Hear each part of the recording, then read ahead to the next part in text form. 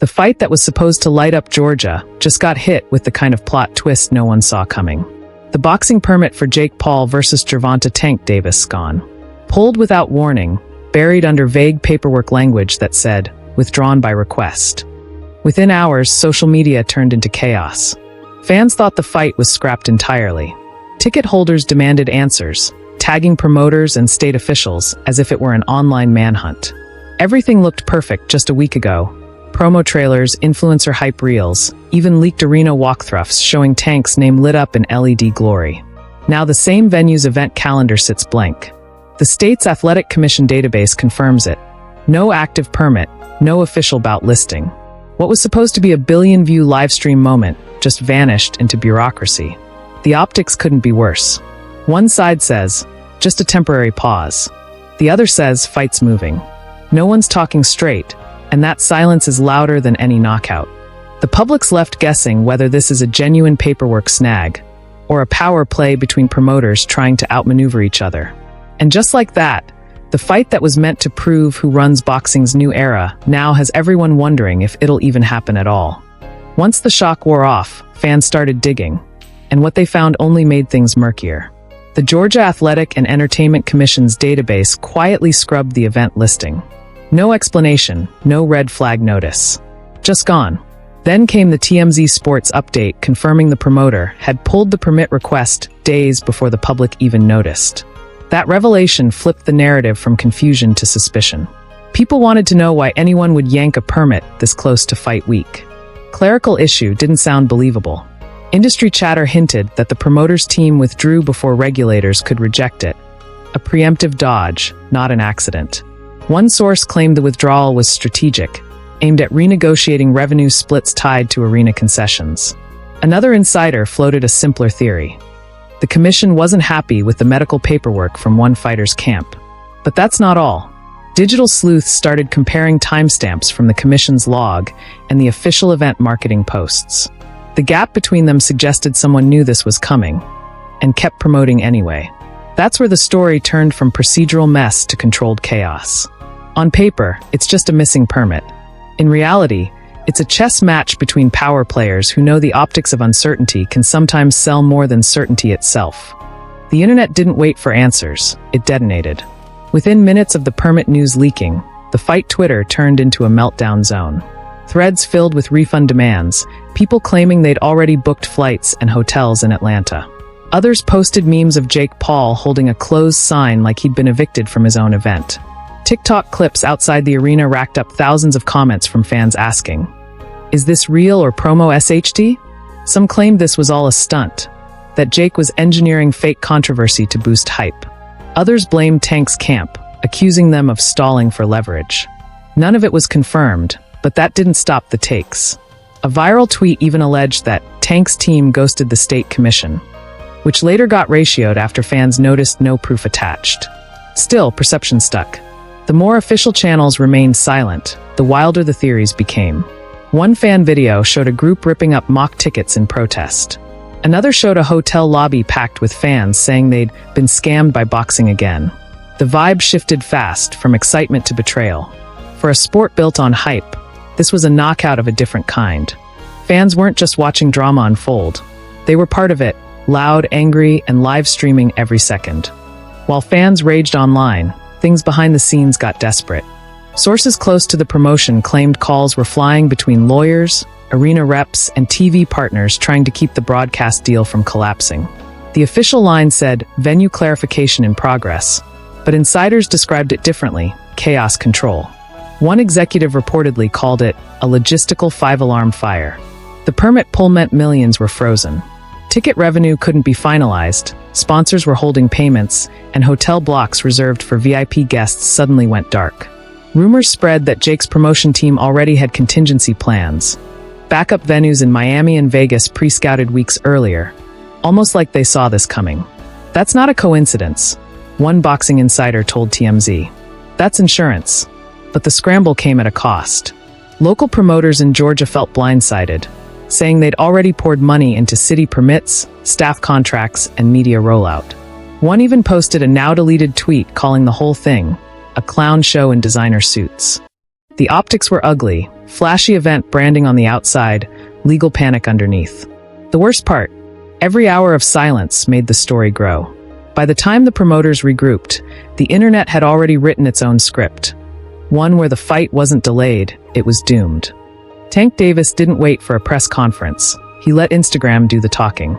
Late that night, his story dropped, a black screen with the words, "We fight where we want, not where they tell us."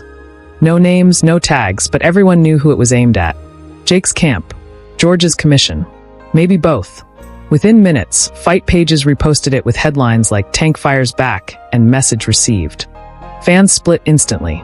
Some saw it as confidence, Tank flexing control in a sport that's always tried to box him in.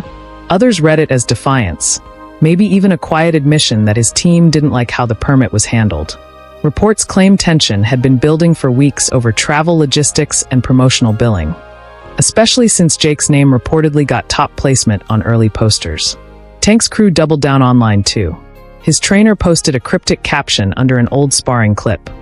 "We don't chase checks, we chase legacy." That line hit like a jab at Jake's influencer-driven empire. The mood shifted. What started as a permit issue now felt like a power struggle between two egos refusing to budge. And the irony? The more Tank pushed back, the louder Jake's followers got. Each cryptic post became fuel for fan theories that the fight was breaking apart before it ever reached the ring. Jake Paul did what he always does, flip the chaos into content. Hours after Tank's cryptic posts, Jake dropped a short clip on X, him shadowboxing in a hotel hallway with the caption, "Guess Georgia couldn't handle the smoke." It hit 10 million views in less than a day. His fans flooded the comments with laughing emojis and still undefeated in marketing jokes. But behind the humor, insiders say it was pure deflection, a PR counterpunch to keep control of the narrative. Reports claim his team was already fielding calls from alternative venues before the post even went live. Vegas, Miami, even Nashville. Anywhere that could handle a fast turnaround. Publicly, Jake brushed it off, saying the fight's too big to stop. Privately, sources told TMZ he was furious at how the permit news leaked before his crew could spin it. That frustration didn't show online. Jake leaned into his influencer persona, confidence, bravado, borderline trolling. He reposted memes of himself saving boxing, and even commented under a fan's video that joked, "Georgia folded faster than Jake's opponents." It was textbook misdirection. Take the scandal, laugh louder than it, and move on before it settles. But the more he played it off, the more people started asking whether the whole thing had been staged, a manufactured crisis to boost hype and reset ticket sales. No one could prove it. No one could deny it.